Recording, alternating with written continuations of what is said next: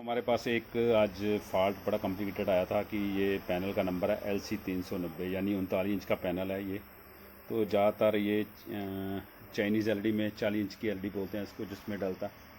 तो बेसिकली ये इसके साइड में दो कोफ हैं और यानी सेंटर में देखो एफएफसी केबल है और दो इधर लेफ़्ट साइड दो राइट साइड कोफ हैं। तो इसमें एक देखो अभी हमारी एलईडी चल रही है, कुछ देर चलने के बाद देखो कुछ देर चलने के बाद ये नो पिक्चर हो जाता है।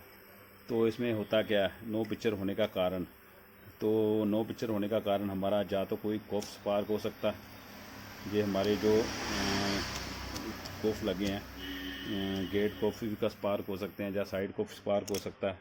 तो बेसिकली इसका भी रीज़न हो सकता है जहाँ हमारा जी जो डीसी टू डीसी आईसी है कफ स्पार्क होने के चक्कर में प्रोटेक्शन में भी जा सकता है। तो इसके कई कारण हो सकते हैं। तो फिर मैं अभी आपको आगे फ्रंट पैनल भी खोल के दिखाता हूँ कि हमारी जो पिक्चर जब प्रोटेक्शन में जाती है, आईसी जब प्रोटेक्शन में जाती है तो हमारी पिक्चर गैप कैसे हो जाती है। तो पहले मैं फ्रंट आपको पैनल खोल के दिखाता हूँ, फिर बाद आगे जो फॉल्ट निकालना है उसके बाद हम कैसे फॉल्ट निकालना है इसको, इसमें ज़्यादातर पैनल में क्या क्या फ़ॉल्ट आते हैं, तो सारा मैं डिटेल से आगे बताता हूँ।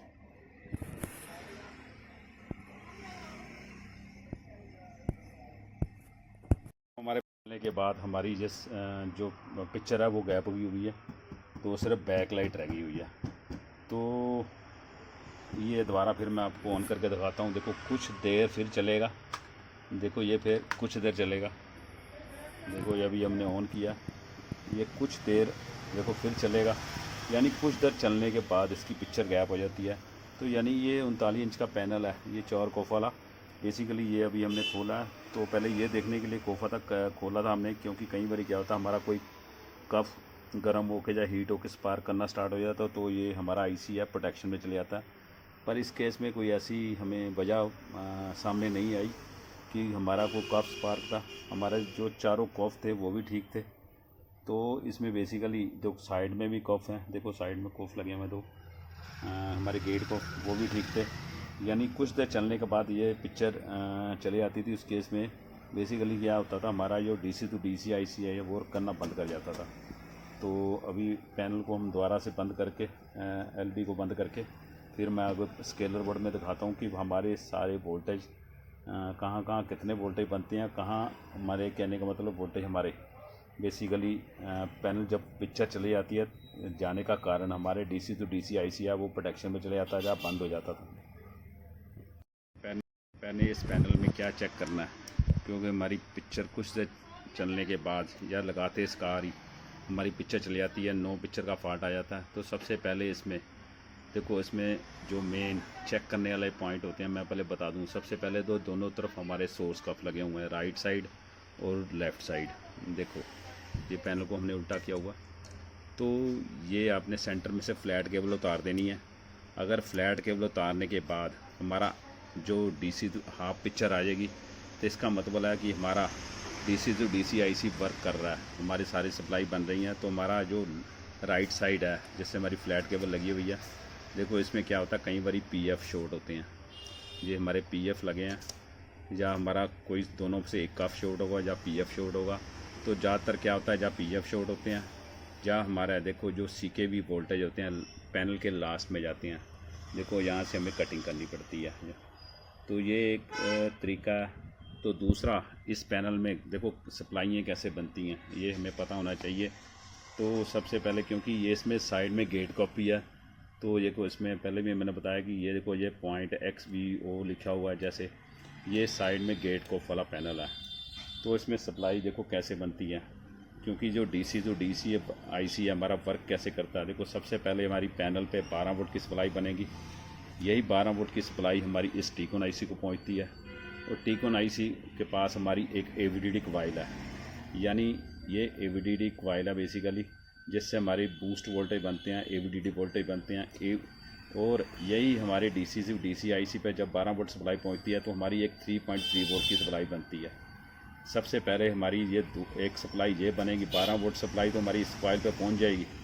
पर सेकंड प्रोसेस है कि हमारी ये 3.3 वोल्ट की एक सप्लाई ये सबसे पहले बनेगी, उसके बाद ये सारा सर्किट काम DC टू DC IC सारा सर्किट काम करना स्टार्ट होगा और यही हमारी 3.3 वोल्ट की सप्लाई हमारी इस गामा स्टेज को भी पहुंचेगी, हमारी ये टीकॉन IC को भी पहुंचेगी और यही टीकॉन IC से एक पल्स इस हमारी DC टू DC IC को जाती है, जिससे हमारा ये DC टू DC IC से हमारी AVD वोल्टेज, ये हमारा जो बक सर्किट है बेसिकली, ये बेसिकली जो AVD वाला सर्किट है ये बूस्ट अप सर्किट बोलते हैं इसको, बक अप, ये बूस्ट कॉइल है, ये हमारा स्टेप डाउन बक कन्वर्टर है, यानी ये boost up buck converter circuit है और ये हमारा boost step down buck converter है।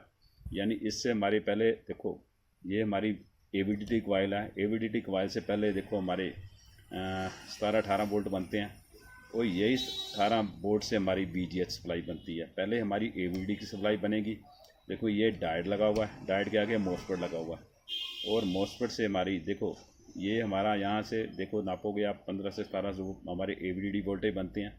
AVD वोल्ट के बाद ये हमारे दो मॉसफेट लगे हुए हैं, जिससे हमारी मतलब कहने का मतलब BGH सप्लाई बनती है और यहाँ से देखो एक मॉसफेट इधर लगा हुआ है, यहाँ से हमारी BGL की सप्लाई बनती है। यानी ये जो पहला प्रोसेस है इसमें देखो ये DC टू DC IC है। एक तो हमारी सप्लाई पहले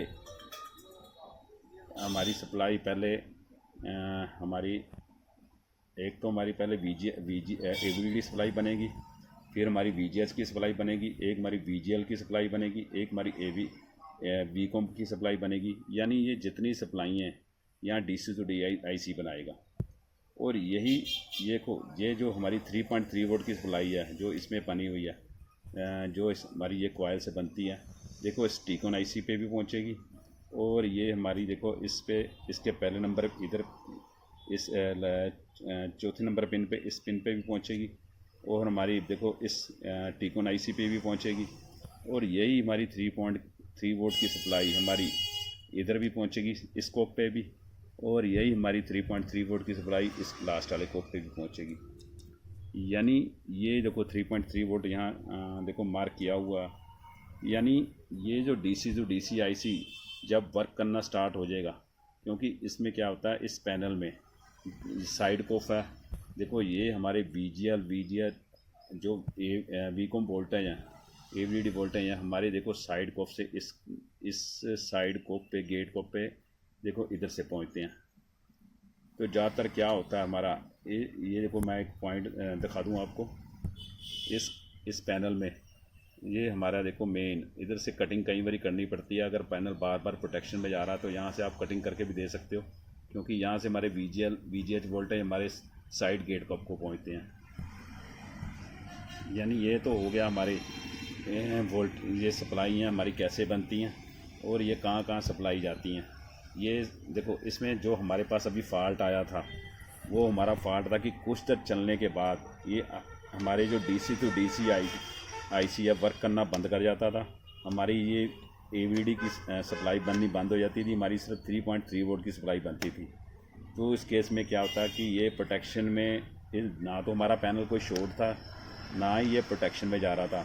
तो इसमें केस में क्या होता है हमारा IC ज़्यादातर क्या होता है आपने इसको हीट करना है, तो पहले मैंने दिखाया इसको अच्छी तरह आपने पेस्ट लगा के हीट कर दोगे, आपका वैसे 90% तो फॉल्ट निकल जाएगा। अगर फिर भी नहीं फॉल्ट निकलता तो बेसिकली क्या होता है ये आपको IC चेंज करना पड़ेगा। तो हमारे पास इस केस में अभी हमने क्या किया कि हमने इसको अच्छी तरह हीट किया और हमको इसको पिनों को अच्छी तरह ड्राई किया। तो ये हमारा फॉल्ट है बेसिकली, जो कुछ देर चलने के बाद ये हमारा जो पैनल में फॉल्ट था कुछ देर चलने के बाद फ़ोटो चली जाती थी, वो फॉल्ट हमारा निकल चुका हुआ है। तो मैं भी आपको चला के भी दिखा देता हूँ।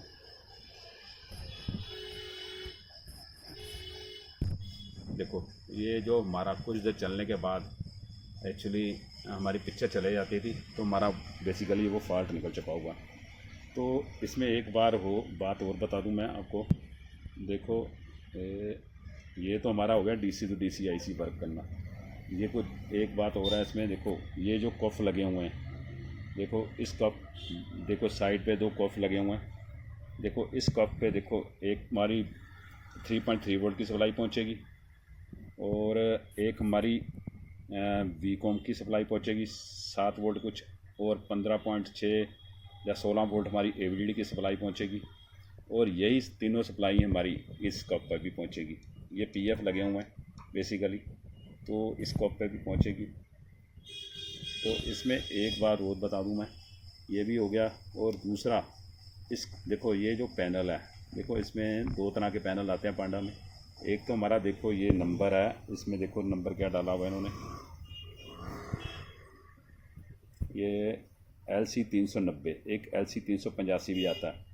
उसमें देखो इधर IC लगे होते हैं, इसके राइट साइड भी लास्ट कोप में, और इधर लास्ट कोप में एक IC लगा होता है। ये बीकॉम सप्लाई के लिए IC लगा होता है। पर इसमें एक बात और है कि जितने भी बड़े पैनल आएंगे हमारे बेशक लो वोल्टेज पैनल होंगे।